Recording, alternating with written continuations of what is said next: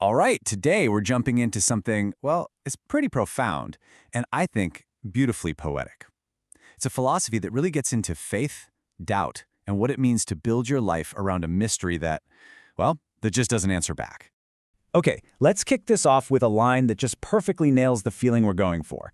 It's an invitation, right? But not to see a thing, but to share in the act of seeing nothing. It's a paradox, and it's the exact paradox we're going to spend our time unpacking today.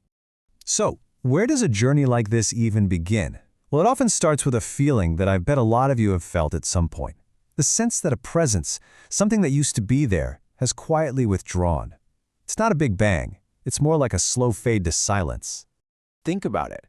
What used to feel like a real conversation, like you were connecting with something bigger than yourself, it starts to feel like you're talking to a wall. The line goes dead, and you realize you're just speaking into an empty room. And here's the big twist, right? This whole philosophy isn't about mourning that loss or waiting for someone to pick up the phone again. It's about turning your attention to the empty space itself. The altar isn't just waiting for a God to come back. Its very emptiness becomes the holy thing. I love this quote. It's so vivid. The absence isn't just a void, it's a shaped nothing, you know? It has contours. It's like the dent left in a pillow.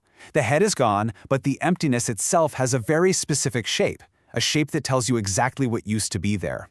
So when you really start to feel that shaped absence, everything kind of shifts.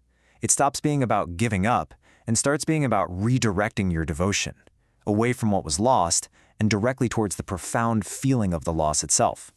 And what's so interesting is how this carves out its own unique space. See, it isn't atheism, which is too certain in its disbelief.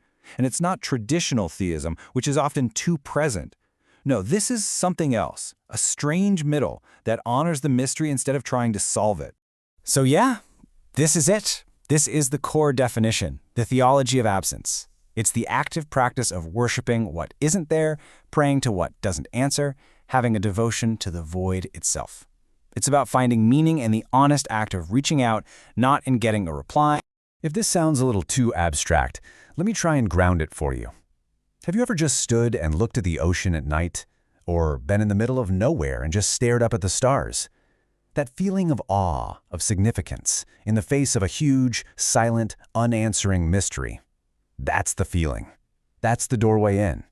Okay, but what does this actually look like in practice? How do you do this? Because it's not just a cool idea to kick around. It has its own very real, very personal rituals. So why bother praying if you're convinced no one is listening? Well, this is the answer, and it's a big one. The words aren't meant to reach a God. They're meant to reach you. The act of speaking into the silence, it shapes you. It builds who you are. The prayer changes the one who is praying. And it all comes together in this simple but incredibly powerful four-step ritual. First, you just state your presence. I am here. Then, you admit the mystery. I do not know why. Then you face the void. I do not know who I am speaking to. And finally, the ultimate act of faith. I speak anyway. See? It's faith as an action, not as a belief system. Now, I know what you might be thinking. The comfort of nothing? That sounds pretty bleak, right? But stick with me here, because there's a strange and surprisingly powerful kind of consolation to be found in all this. It's not warm and fuzzy, but it's deep. Just look at these. They're totally counterintuitive, but they offer this cold, clean comfort. Absence can't disappoint you. It can't lie to you. There's a brutal honesty there. And within that honesty, you can find a really strange kind of peace. This one really hits hard. A God that's supposed to be present can fail you. They can let you down. But a God who is absent? Well, they've already not shown up. So when bad things happen, the grief is clean. It's not tangled up with a feeling of betrayal or abandonment. And it goes even deeper than that. This empty space isn't something to be afraid of. It's an opportunity. It's room. It's space for you to grow, to figure out who you are without some divine blueprint telling you what you're supposed to be. So, all this talk about being alone with the void, that sounds pretty solitary, right? But what if I told you that by embracing this, you're not actually alone at all? You're joining a very old, very quiet community of thinkers and mystics. Yeah, you are not the first person to walk this path. Far from it.